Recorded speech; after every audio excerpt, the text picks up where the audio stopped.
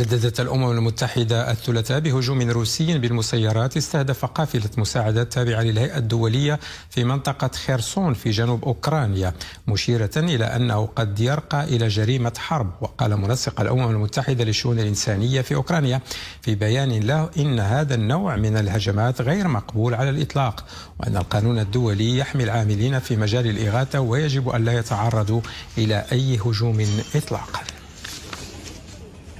أعلنت الصين الثلاثاء أنها مستعدة إذا ما اقتضى الأمر أن تقاتل حتى النهاية في الحرب التجارية الدائرة بينها وبين الولايات المتحدة الأمريكية، والتي تمثل آخر فصولها بإعلان الرئيس الأمريكي دونالد ترامب الجمعة فرض رسوم جمركية جديدة على الواردات الصينية بنسبة 100%، تضاف إلى تلك السارية أساسا تصعيد يأتي في إطار الرد على قرار الصين فرض قيود جديدة على صادراتها من المعادن النادرة.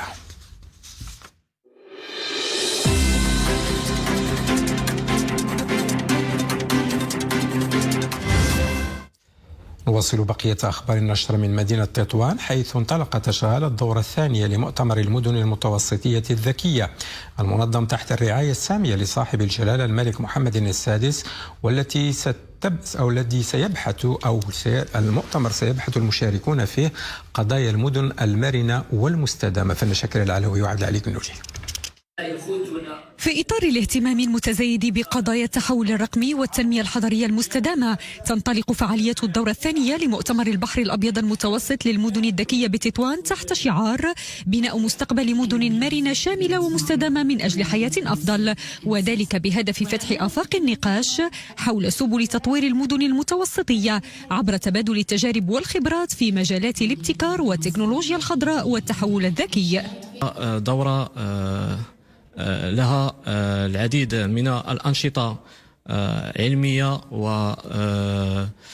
وأنشطة ورشات تدريبية والهاكاثون، مسابقة الهاكاثون، وأيضا معرض للشركات العالمية والمغربية.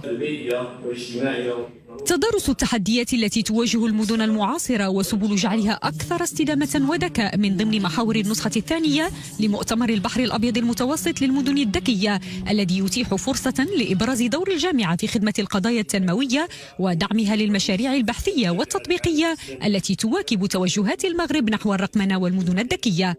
المدينة القديمة ماشي هي المدينة الجديدة، والإنسان اليوم والشباب ديال اليوم كيحتاجوا لتطبيقات مهنية، تطبيقات سريعة اللي كتسهل عليهم الحياة، سواء فيما يخص الدراسة، الصحة، التطبيب، النقل، الطاقة، استعمال المياه، المحافظة على البيئة.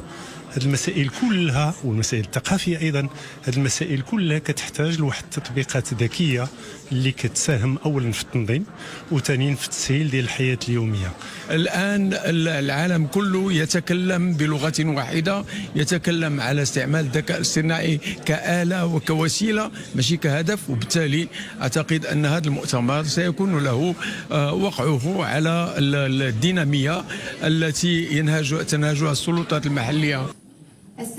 ما بين النقاش العلمي والتفكير الإبداعي وعبر برمجة منوعة، يؤكد مؤتمر البحر الأبيض المتوسط للمدن الذكية المنظم تحت الرعاية السامية لصاحب الجلالة الملك محمد السادس نصره الله على أن التنمية الحضرية لم تعد مجرد مشروع عمراني، بل هي رؤية شاملة نحو مستقبل أفضل للإنسان والمكان.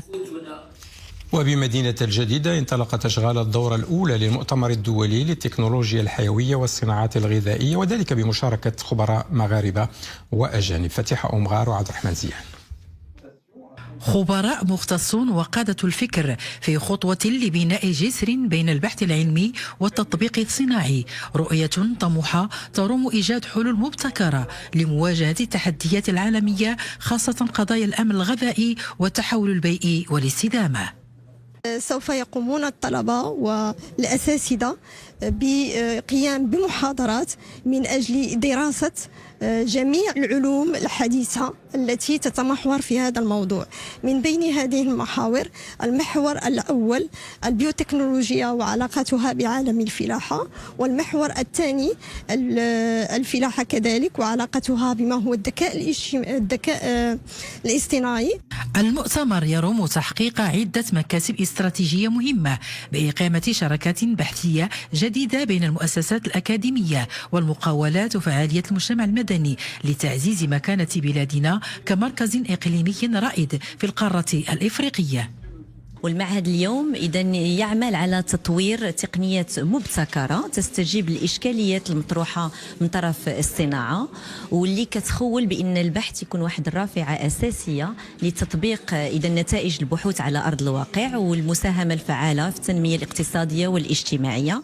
حدث يساهم في تعزيز الابتكار التكنولوجي ومكافحة تأثيرات التغيرات المناخية، مما يعكس تحقيق أهداف التنمية المستدامة في مجال الأمن الغذائي. نمر للصفحة الثقافية والفنية.